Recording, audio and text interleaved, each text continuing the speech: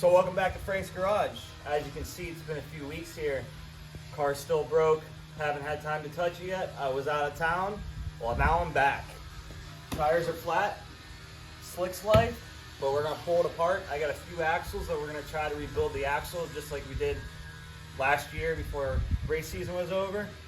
And while I got it apart, I'm gonna measure for drive shaft shop axles and see how much those are gonna cost to get.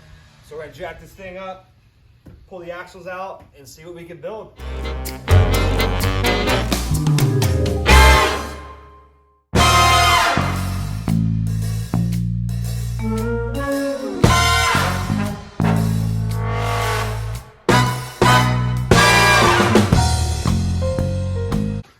Definitely low right now.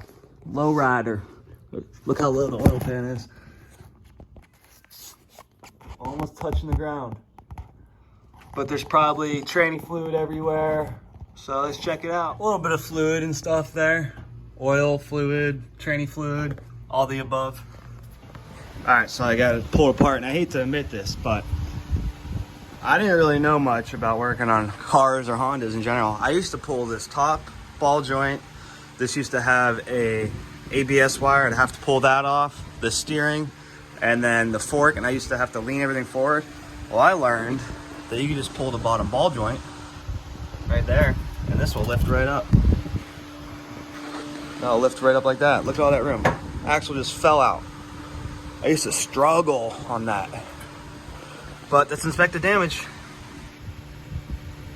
All right, so we have the one that we just broke here. You can see it was rubbing when it was rolling. Here's it broke, look, it's cracked there. And the back, the gears are shot off. This is the one that broke originally. This is from Hasport. This is actually for this axle, it's just the end. I replaced the end last time. This is off of when the Acura was F23A, which is a stock engine that comes in it. And I believe it was the automatic axle. Well, this is the other automatic axle, the longer one. So I'm gonna see if this will fit, but I also bought this to see if that end will fit. And then I'm also gonna measure to see what the actual axle length is. But look at the difference, how that broke. Last time it just sheared the whole thing off. This time, like, bad. All right, so I have the suspension compressed, the axle's out. I got it all thrown back together. This isn't hooked up, but I'm gonna measure. Now the way you're supposed to measure is from the right here, the seal, and then you come out and across to the back of the hub here. If I can figure it, right here, the back of the hub, and we'll see what the measurement is there.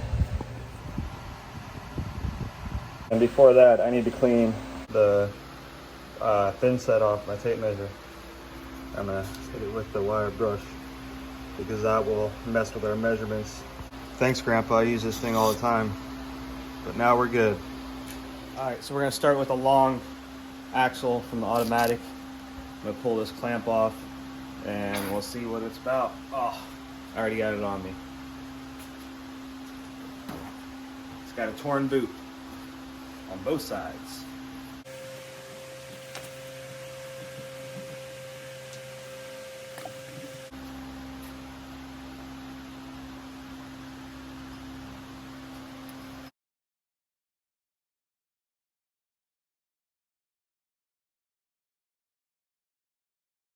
Well, it looks like that might have worked, but I do think these axles are too short. I measured and I was getting like 20 and 3/4 to 1/4. And if I compress these, I'm telling you, these are way different. If I measure this from here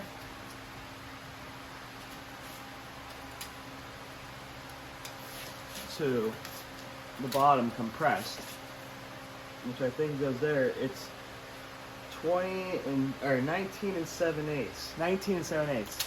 In the car, I believe it was like 20 and 1/4 to 20 and 3/4, depending on where the wheel was. Crazy. That's why they're breaking. All right, I got the suspension loaded on this side. The axle's out. Let's measure this side and see what we got.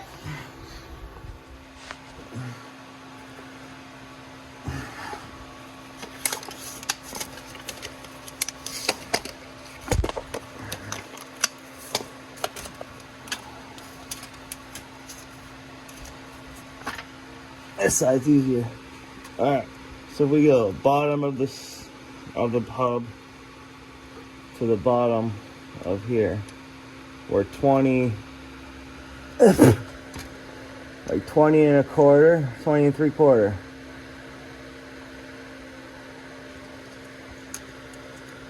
Look at the top to top.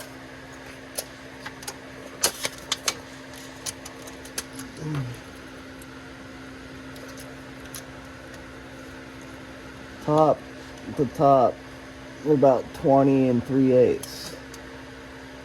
20 and a half. 20 and 3/4. Alright, so we're 20 and 3/4 from the hub to the splines right here. And on that side, we are 20 and a half, same thing. And now we're gonna try to get this out. We're gonna take the intermediate shaft off right now. And there's probably gonna be fluid coming out, so let me grab something to put there. All right, so this is the challenging part. I got the intermediate shaft out here. Let me show you. See if I can set it up so you can see. So being that this is a limited slip differential, not a limited slip, it's open diff, there's a bar in the middle there. There's a bar in the middle there, and I'm gonna have to try to get like a little screwdriver or something and push through it to pop the other side of the axle out. If you look real close in there, you can see the splines for the other axle. So let me crawl under there and see what I can figure out.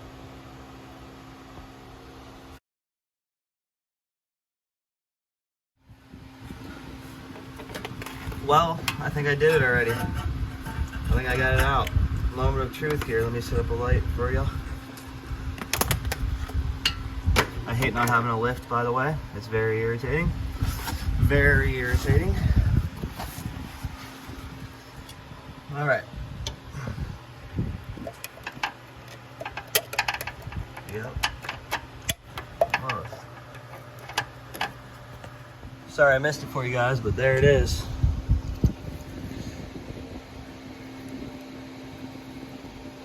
So I think it's too short.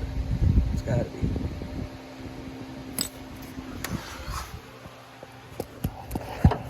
Let's see how the transmission looks. That's supposed to be like that. Can't tell. All right, don't try this at home, kids. I went to AutoZone 2 minutes before they were closing. No metal zip ties. So I got this temporarily, or until this axle breaks again. But I'm gonna send those measurements in the drive shaft shop and see what they say. All right, so I'm measuring both sides here. I did the other side and this side. I'm measuring the distance after it's compressed and pushed in all the way.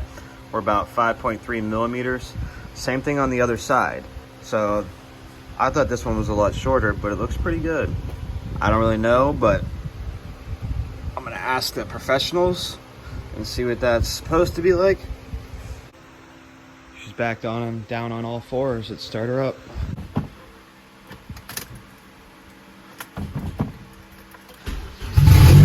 What? Start right up.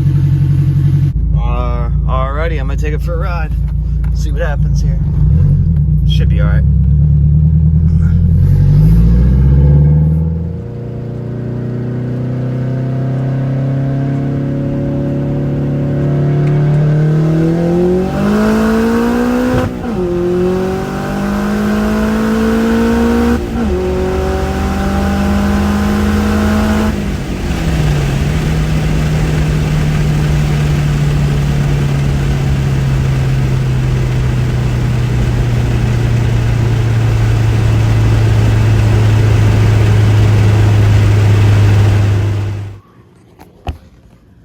So I've been fighting this rattle, this shimmy under a heavy acceleration. Couldn't figure out what it was. I mean, I'm used to clutch chatter. That's normal. But I just rebuilt this with here. And if I shake this, ooh, look at that. Why did I think it Look at all that. clay. It shouldn't be like that. And why is this worn like that? Is the other question I have. Because it's front wheel drive. The car's front wheel drive. Maybe it's broken. That's not good. You hear all that? Yes, why do you keep rattling it? I'm trying to figure out what the heck's wrong with it. Well, obviously you have to lift it up and look. That's why. So I can't go to the track until I figure that out.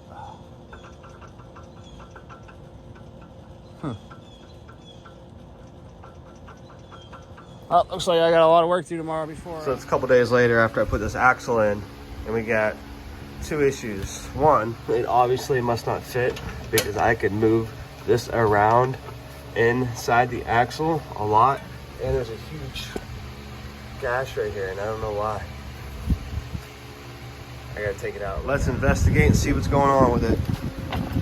Shouldn't be like that. Shouldn't be able to do that. Sorry, this came out of it. These are supposed to have bearings in them and clips. And they're missing. They must be in this boot. All right, so I think I figured out what I'm gonna do here. So the old, I'm not sure what they call it, but this old spline piece, like the yoke, or I'm not sure, but all the bearings that were on it blew apart for some reason. Well, see how big they are? This is off of another axle, but they're smaller. So I have this axle also. I'm gonna take this piece off. There's just a clip on top and slide it onto my existing axle that actually fits the car. Well, we know it doesn't fit the car, as you will see in the rest of the video. If you look on this one, these bearings are locked on with a C-clip. The one that came off the axle, every C-clip's missing. And here's like a piece of metal right there from it. So it must all be in that boot. So I'm gonna take this one off the splines and hopefully put it on that one, and then we'll have an axle for tomorrow. All right, here's the bar that fits my car. And this, it looks like that's where they connected the bar. It's kind of weird, I don't get that. I don't get it, unless it's this, they have like a coating on here and it just swelled up. Kind of looks like it just shrunk, and maybe it's on top of each other. But anyways, I got it out here. First step is gonna be clean the boot out. And then the boot has to go on before you can put the top piece on. And then C-clips right there. See how all those bearings just broke right off? There's nothing left. They're missing. All the clips and everything. It's a needle bearing, it looks like, in there. So one of the needle bearings right there. Clean this thing out, they're falling all out. Got the boot all cleaned out here drying. I'm gonna have to run down to the auto parts store and get some axle grease, CV axle grease. But it looks like it's gonna work. That one's gonna slide over top. We'll put the ring on it and we should be good for tomorrow. Well, change of plans. The axle, the spline count is different. See how there's that? They're different. So I'm gonna have to take these needle bearings off somehow and put them on here without ruining them. All right, so to catch everybody up here, what's really going on? This is the Hasport axle that came from Hasport. They're for a 94 to 97 Accord with the K-Series, which is the same as the Acura CL. This is from when my car was an automatic, F-Series, the factory engine that came with the car. These splines are different. So I originally thought I was gonna be able to take the piece off. Well, I originally thought I was able to put this on to the Hasport after I broke the other one the other day. Well, we saw that the bearings came apart in there, so that didn't work.